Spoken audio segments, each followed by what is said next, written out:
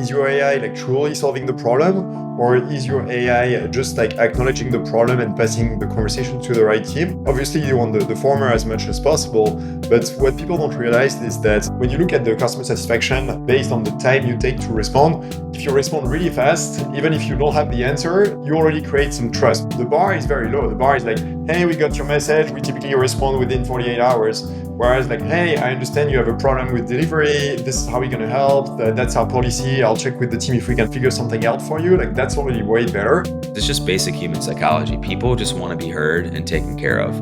If you really simplify customer service and customer experience down to that, making sure your customer is heard, you'll make a lot of people happy.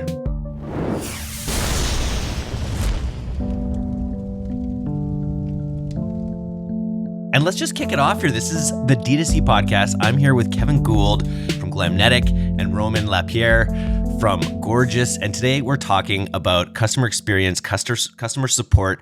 And Kevin, I was just reading, I go back with Glamnetic, having interviewed Margaret Fortner in one of my first interviews a long time ago. And I was just going back and revisiting the Glamnetic growth story of you guys just skyrocketing in your first year. Yep. I guess it was 2021. It was 50 million in your first year is the story. It was a crazy year. It was obviously during COVID. We're obviously really good at growth marketing, and Margaret's amazing, and she's still with us to this day. And so that was a wild. In 2019, we did 1 million, and then kind of the next year we did the whole like 1 to 50 thing.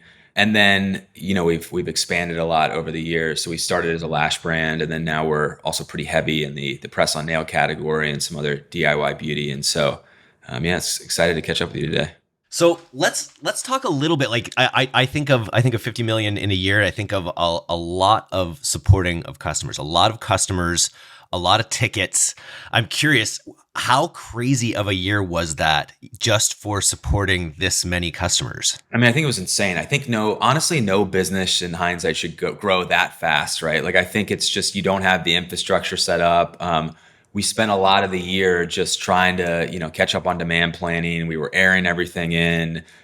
We were trying to get that, that infrastructure down, particularly on the CX side. And so I think we were more reactionary that first year than proactive. And then I think after things settled down a little bit over the last few years, we kind of were able to shift from just customer service into actual true customer experience. But that first year was just like, hey, let's not, have too many things break, and just try to get the basics down.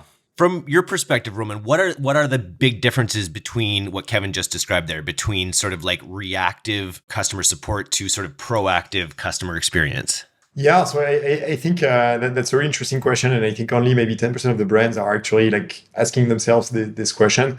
You have these tickets. Do you want to get these tickets answered, or do you want to like get your customers to come back? So that's the mindset. And then practically speaking, what that means is like doing the right thing. So like if something goes wrong, like how do you fix it for the customer? Do you stick to your policy, or do you go like above and beyond to actually like send a new item to customer when something was lost? Or like when somebody like starts a conversation on the website and expresses interest, like you just respond to that question or you try to get the sale. So I think that's the main difference here. From your side, what did it look like, Kevin? Well, yeah, I was going to say, I think to Roman's point too, there's a lot of brands that just look at it as more of a burden. And I think we've always looked at it as an opportunity. And so, you need to obviously like block and tackle and get the basics down of just handling things like, lost orders or shipping issues or product issues or whatever it may be. But we look at it as like a true touch point and a way to really get to know our customers better and try to take a really like 360 view on what customer experience looks like. So like answering emails and live chat is only one small piece of like what, a true 360 customer experience looks like. It's like everything in e-commerce. It's like there's always an out of the box, like check the box and it's done kind of solution. And then there's the like, what does this actually look like for my business? Like where you're sort of really following the through lines of your business goals, business mission, and kind of incorporating every service you use in your business into that mission. Can you talk about some like key ways that you've evolved your customer support with Gorgias specifically? Yeah, absolutely. I mean, I think when we started, we were always big believers on the live chat side and having just instantaneous communication. And so the live chat feature, which we've, I think we have like an average, right? Roman's got the stat probably better than us. I think we have like a 19 or 20-second average response time. So for us, it was really important to give like instantaneous responses to customers and meet them. I think people expect fast responses now. And so that was really important. And then now, I think with everything going on with AI, I'm sure Roman's got a lot more to kind of talk about there, but we're really excited about AI helping us automate a lot more, but not take away from customer experience and actually be able to then take a lot of those hours that may have been spent doing kind of more monotonous CX things and use them to continue to double down on other more customer experience focused things. But one example I can think of that's kind of like an outside the box thing is we've always done this kind of just because gifts idea every month where we'll pick 20 random customers. We'll kind of scope them out a little bit on IG and see what they're interested in. And then just remember we had this one woman who was like super obsessed with poems. And so we actually made her a customized poem book, sent it in a Glamnetic mailer and just sent it to her house. And it's like one of those things that's hard to track the direct ROI, but that one person who got this out of the blue gift probably told 20 of her friends about Glamnetic. And so it's those like little special things that I think go a long way. And we try to make sure we layer in a lot of things like that. Roman, take us, I've been working with Gorgias, since I first started with D2C back with Phil, and even before that, actually, when I was with iStack. And, you guys have been an OG in this space, and now we're into this whole AI world. I'm just curious, having been behind the development of this tool, can you talk about your experience and how Gorgias has evolved since those early days? Yeah, so it's kind of funny because it started with the end. So at the beginning of Gorgias, we were working on automating like repetitive conversations in CX. And in order to do that, we were like, hey, we need to have access to the whole stack. So that means like Shopify, returns, all that. So that was the initial mission we went after. And so in order to do that, we were like, hey, let's build the whole customer service platform. And what we found is like most of the brands were on Zendesk. The experience wasn't very connected, which means the customer service agents were not empowered to do a good job. And to Kevin's point, the whole idea is that if you want to be proactive and get your customers to come back, the first thing you want to do is to empower your team to do a good job. So that's why we had this whole help desk journey.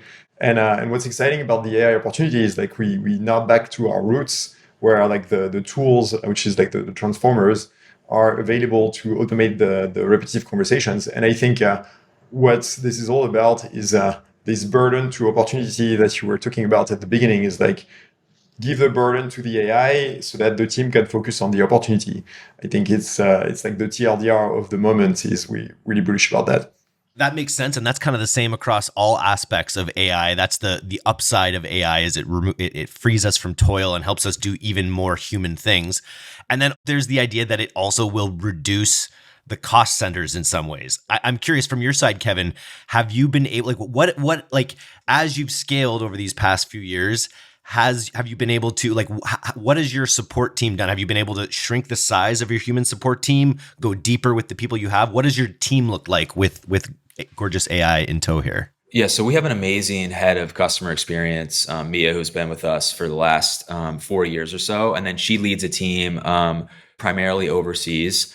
We have an amazing overseas team as well. I think that what we've been able to do, well, I've got, Roman says he's going to be able to, his goal is to get us to 70% automation. I'm really excited to see if we can get there. And so I think for us, it's less though about necessarily cost reduction. I think that if we get there and actually can continue to automate things, it will mean that we don't have to add incremental headcount, most likely, which will be cost reduction.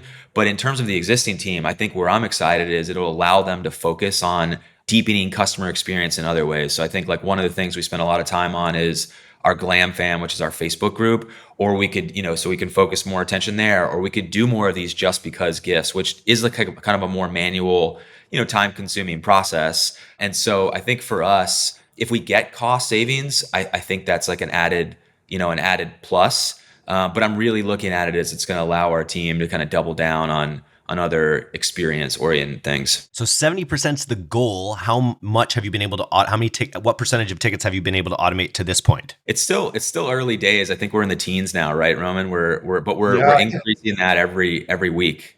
I think we got out of the teens. We like 20% plus, and there's a clear path to 70%. Like essentially, the idea is that you need to take actions to unlock 70%. So an example is like, where is my order? Like the number one customer service question in the world today. Like what happens is like you can just send the tracking number to the customer, but to Kevin's earlier point, that's like just customer support. Like, okay, thanks, I have my tracking. But the question is like, if it's been stuck in customs for 20 days, like what do you do? And so the whole idea here is like if the AI can like reship a package to you, that's how you go unlock 70%. And I'm pretty confident we're going to get there too with Gorgias. Like I think just even seeing the ChatGPT updates this week and just the rate at like which the technology is advancing, like I can for sure see a path in 12 to 18 months where whatever Roman's working on, I'm sure it's going to be 1,000 times even better than what it is now, and it's still the early days. I remember I've had some chats with support and experienced people before, and there's sometimes there's the feeling that like the customers that you don't have to support, like it's good to be able to automate your tickets, but at the same time it's also good not to ever have them. You have to have your website so well organized that they don't even have to create tickets.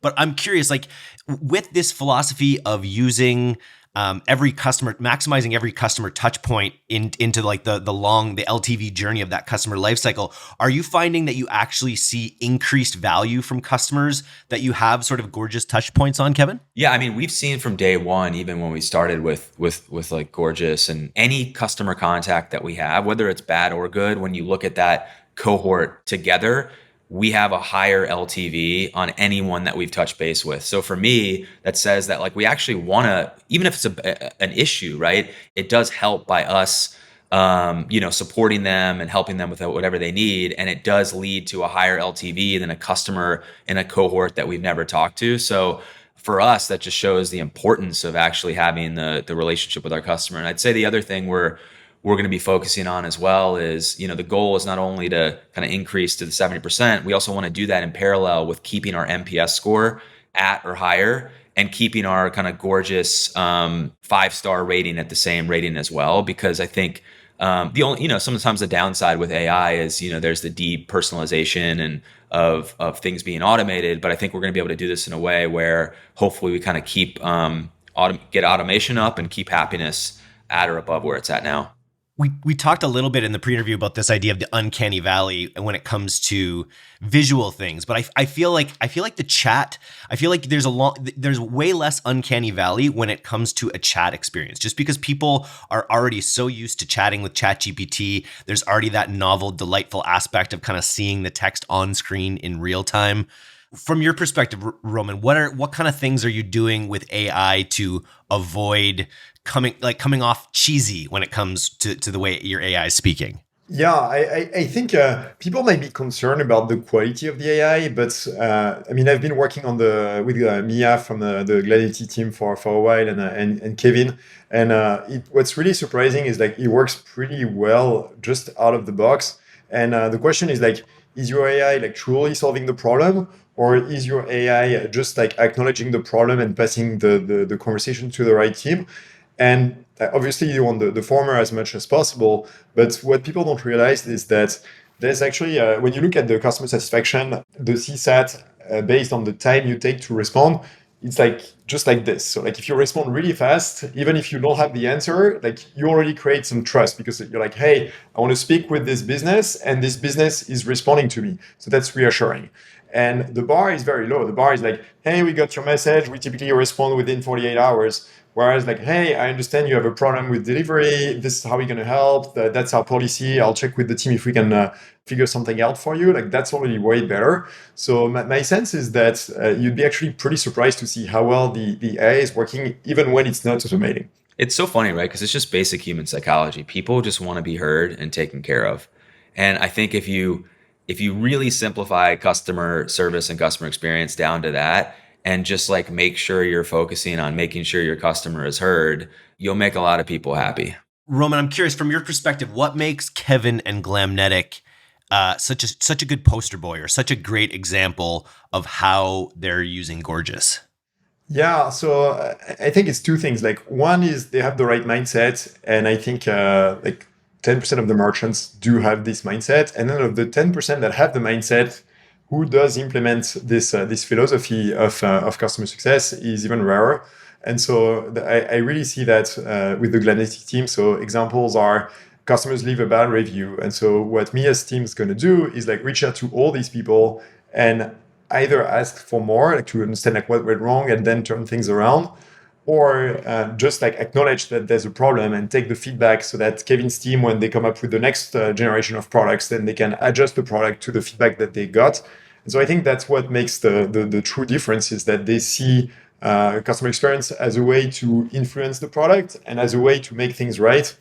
And there's an interesting study on customer service. When you build a help desk, you have to dive into the weeds of it. And what's truly interesting is that you have more impact focusing on fixing the bad situations that customer experience over wowing them, like surprise and delight. So what you truly want to be doing is like spot the little pieces of the journey where you messed up so that you can actually make things right for customers. And I think that's truly the philosophy of the Glamnetic team. And one last thing I'll say is that I see that in marketing, you have like this mindset of I'm going to run a test, see what is the result of my test, and then iterate and constantly do this. Whereas in customer service, it's more like, okay, status quo, it's working, I'm not going to touch anything. And what I think Kevin's team does really well is like constantly innovating, thinking of new ideas to delight the customers. And I'm reading Glamnetic tickets almost every day, and I see that like there's just like, hey, I love your brand. I went to the prom with like Glamnetic products. That was awesome. So it's really great to see that. And I think at the end of the day, the reason people go buy from brands is just for this experience. I think Roman secretly just loves press on nails and lashes, and he just took an interest here and he couldn't stop. That's why he got involved. That's the true story. Like I got into it not knowing, and here I am. It's really cool that we've seen, it's not all about, obviously there's customer service, which focuses a lot on, issues, but we've also seen just like a lot of really amazing feedback from customers where we actually got wedding invites in the mail from customers to attend their wedding. And they said how, their engagement party, the nails changed their life. And like, it's really cool to see the actual customer stories that come through. Because there's obviously always a focus on the problem solving piece, but a lot of times we just get messages that aren't even a problem. They're a thank you so much for making my life easier and delivering happiness, which is really cool to see. And I think to Roman's point, we've always tried to like build a culture around customer experience where we give our team huge amounts of autonomy on what they can do, and that starts from the top down with Mia, and then it kind of goes through the rest of the team. And I think that's allowed us to be nimble and move quick and not have like red tape that, some brands get stuck with where it's just so hard to solve a problem because they have to go through a huge approval process to do so. I think a lot of brands, who may not be looking at this correctly, view this as a cost center, essentially supporting your customers. But in 2024, everyone's looking for efficiencies. Everyone wants every part of their business to be a profit center. What are some ways that you are leaning on customer experience in order to generate more revenue for the business, Kevin? Yeah, I think, again, going back to just at the very high level, we see that if we have a touch point with a customer, they do have a higher LTV. I think we move a lot of our customers who've shown, high NPS scores. We try to move them into our Glam Fam, which is our Facebook group. And then that brings them into the community. And that community factor really is our place where we're constantly interacting with them. And hopefully they'll continue to purchase from us. And we've seen that those people have a super high LTV if they're actively engaging in the community. And then this is a little tidbit that we used to do. It's a little bit harder to do now, but because we're at real scale. But I always tell early stage brands to do this. Like we used to voice memo our customers and DM them on DMs and use everyone who followed us as an actual prospecting channel. So like if someone followed us on IG, we'd immediately hit them with a DM saying, "Hey, thanks, so much for following us. We're here for any questions you have." And we would actually turn the DMs into like an actual prospecting funnel for driving sales.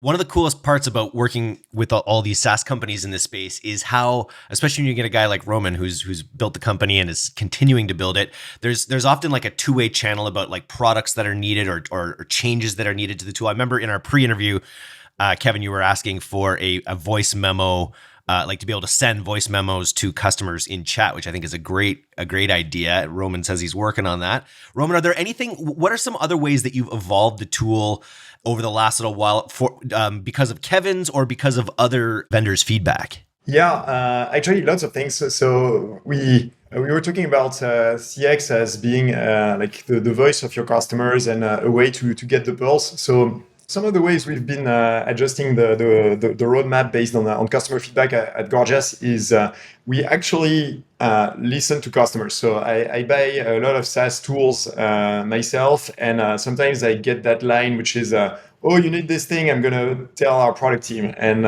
it's sort of like it goes into the void of SaaS. And so like we try to actually do the opposite. So what we do is like every support ticket gets into like our prioritization engine, every close loss deal, every churn customer, every like CSM conversation goes there. And so what happens is that we have this huge list of like features that are requested by our customers. And that's like a list of like thousands of things, and then we pick the top stuff that comes up, weighted by the size of the merchant.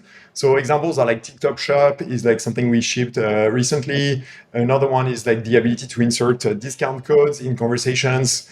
So those are a couple things, but I think the whole idea is that you want to think about the conversations you have with your business as like big ears that you have to understand what is it that's going on in the market and what is it that you should build. Yeah, 100%. When it comes to product reviews, we're always scanning to build those sentiments like into your ads and into your angles. But the same thing is true from customer experience, customer support, where when they're feeding you that information about how your product is helping their lives, that can be fed back into the marketing to kind of make it work better. Yeah, absolutely.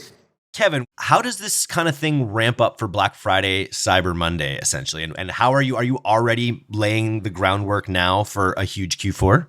Yeah, I mean, I think the good thing now, right, is we're 5.5 years into the business. So we just know a lot more about, when we have more history than we did before. So I think the first couple of years, it was just trying to keep up, and we weren't really sure what to expect. I think like from a 360 kind of Q4 perspective, from like the marketing side and then gearing up for customer experience, I think like we kind of know the uplift we'll see in Q4 now, and we plan and prep against that. It's going to be really interesting to see this year, though, like if we don't have to add any incrementality around Q4 from a customer experience standpoint, because Roman's still got another 6 months to keep getting this automation up. And so if we're rolling into October and and we're seeing a lot of automation results, we're probably not going to have to add much incrementality there, which will be cool to see. Roman, what else? What, like, just from a high level, what are some other, like, in terms of like the future of CX? I think you've been on the razor's edge here for many, many years. What do you see upcoming with the future of customer experience? So it's actually a really interesting time. Like it feels like 2024 is going to be one of the most fun years being at Gorgias. I think right now, so the big focus is automating email conversations with AI. And we did like the first step, which is like we can automate 20% of conversations. Next step is to automate like 70% using actions. So like in theory, it's not that hard. Like you need to plug your stack, but the challenge is we have like 15,000 merchants that we need to like integrate into our stack. So that's going to be the challenge here. Then next step is right on time for VFCM. I think we'll work on having an AI on the chat. So the idea is that you can like deploy your AI on any channel. So we'll start with chat and then potentially go on other channels. Something we want to do as well is get on voice. So we're building the voice channel, but we don't want to have like the classic like IVR tree. Then you wait a little bit, then you go to an agent. I think like there's a whole new opportunity to build this AI first, and like you speak with the AI can like figure out like 80% of your problems. Maybe people will then have their own AI called the AI of Glamnetic afterwards to figure out problems. That's also an option here. So I think that's like part one of the roadmap, and then part two is as you free up all this time from customer service associates, like how is it that we can help them sell more? And so we're going to be doing a lot in this direction as well. I also love the idea of like having, thinking kind of ahead in terms of where it's going with voice. Like, for us, right, Anne, who's my co-founder, is kind of like the friendly face of the brand, right? And like there's probably a world where she can kind of be like the voice avatar and, kind of answering voice questions through AI. And then we can also use that as an opportunity to kind of like let people discover other nuggets about the brand that they might not know from anywhere else, through kind of having like that conversation. And so it might start as a customer service issue, and then, her voice and AI can kind of turn it into, just maybe an interesting conversation around the nail space or lashes or whatever it may be. So it's kind of exciting to see where that could go. The thing I'm most excited about, and maybe afraid of as well, is the idea of persistent AI. Like I fire up an AI chat terminal, 10 times a day to do various things, but they don't talk to each other. But whereas if we get persistent AI, it sees everything that I do and give me real advice. I'm curious, when it comes to the AI in Gorgias, is there a layer of it that kind of goes across all of your interactions and can actually kind of feed you insights? Because I imagine with the AI where it's constantly dealing with customer concerns, it could get a pretty good like broad sense of trends that are happening in your business. Is that something that's happening now or kind of on the radar, Romain? Yeah, for sure. So what we do right now is that we feed the AI with the recent conversations and the recent orders. So like semi-persistent, like it would know your like high-level customer interaction with Glamnetic. And the next step would be to feed like all the browsing history, all the like email marketing you got, like how you engage with the different campaigns, so that the AI knows like what is that you like, what is the right time of the day to communicate with you. So I'm really excited for this next step. And I think what's the metaphor I like to take is the store associate. So like when you walk into a store and let's say somebody like it's it's on Main Street next to your house, like the person there and you've been there before and maybe it's been like 10 years. So they have tons of context about you, and sure, they can help you with customer support, but they can also help you with sales. And I think online, we mainly figured out the customer support piece, but we haven't truly figured out the sales piece. So we have a bunch of like workflows. We send you emails, SMS, like a whole bunch of stuff, but it's not as good as the experience you would get in that physical store. And so the question is like, now that we've added the AI to these online conversations, can we like get some of this back of these like high value conversations you would get in a store, and to your point, conversations that have all the context about you. And so I think that part's truly exciting, and that can change like the quality of customer experience quite a bit for brands. Just this time of year, it's the calm before the storm, and I feel like companies making big SaaS choices, jumping onto a new help desk, a new customer support software. How long have you actually been on Gorgias, Kevin? Have you been on like right since the beginning? I'm curious about what you did before and what your advice is for people thinking about making the jump. Yeah, we've been on Gorgias since day one, actually, for both Glamnetic and then my other brand, I&H Hair. I think I actually might have heard about it from it was either Dylan from BrewMade or it was like Feet Sock. It was someone early on, and it's funny. We've been with Gorgias since day one, Chipmunk since day one, Klaviyo since day one. We've been with a lot of like our main software vendors since very early on, and so it's been cool to kind of see. Obviously, it was a lot earlier for Gorgias then too. Like we were just starting out. Gorgias was still pretty early in 2019, and so it's been cool to grow with it. I think in terms of switching, I mean I don't have much experience in terms of switching our CX stack, and I probably wouldn't. I think we are really happy with where we're going with Romain, and it's not many times where you get the CEO to also account manage your account. So I'm psyched that Romain's so involved in our business as well. But I think Gorgias does make it pretty easy to move things over. It's always nice when the founder has a personal vendetta to lower your human support tickets. That's always a nice touch. Romain, any words out there for people out there considering Gorgias? Yeah, I mean, I think where we try to help is twofold. Like one is like everything in one place, and then the other piece is like help you make the most out of AI if you're in e-commerce to improve your customer experience and get your customers to come back. And we're pretty committed to that. Like that's why I'm working closely with Kevin's team. Is like I want to see for myself like what are the problems, how are we solving them, and how we can do better. So yeah, if you're excited about the future of AI in e-commerce and in CX, we'd love to like show you what we have and see how we can be helpful. Yeah, I think that's the biggest question if you're a brand that's either with a customer service platform now or exploring, is like really drilling them down on like what is their AI roadmap, because I think that's what's going to really differentiate these CX providers over the course of the next couple of years. Yeah, 100%. I think what I'm learning from this is Eric, like this is live feedback on the podcast. We'll see how it ages, but the big learning is that it's easy to be excited about AI. It's harder to implement AI for your business in a way that's like truly meaningful. And so like in our case, like building like CX platforms, what we deeply committed to is to build something that's great for e-com, that's very easy to use. And so like we're focusing on those two key priorities. And I think great for e-com, we are there. Very easy to use on the AI side. Like that's like the key priority right now. So like that's why I'm so involved with Glamnetic to make it easy to use for them, so that we can make it easy to use for hundreds of other brands. So yeah, those are the two things we deliver on. Well, go check out Gorgias.com. Ton of information there. I see that you have a CX Connect event coming up June 19th about the future of customer experience. So you're not going to want to miss that as well. Yeah, if you're in the LA area or if you want an invite, just hit me up. It's romain@gorgias.com. And we just want to be spending some time on like how is it that brands can leverage AI to improve their CX. And go from, I like your tagline, Kevin, so I'll reuse it, like go from make your burden an opportunity. So give the burden to the AI so that you can leverage the opportunity to speak with customers and retain them. So we can be more profoundly human. That's the goal, right? Kevin, if people want to track you down, where do you recommend they reach out? Yeah, hit me up.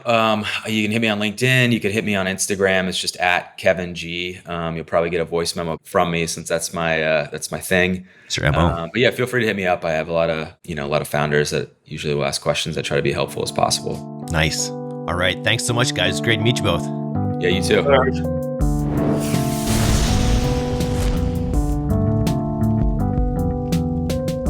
Thanks so much for listening to today's episode. If you're not a subscriber to our newsletter, you can do that right now at directtoconsumer.co. I'm Eric Dick, and this has been the D2C Podcast. We'll see you next time.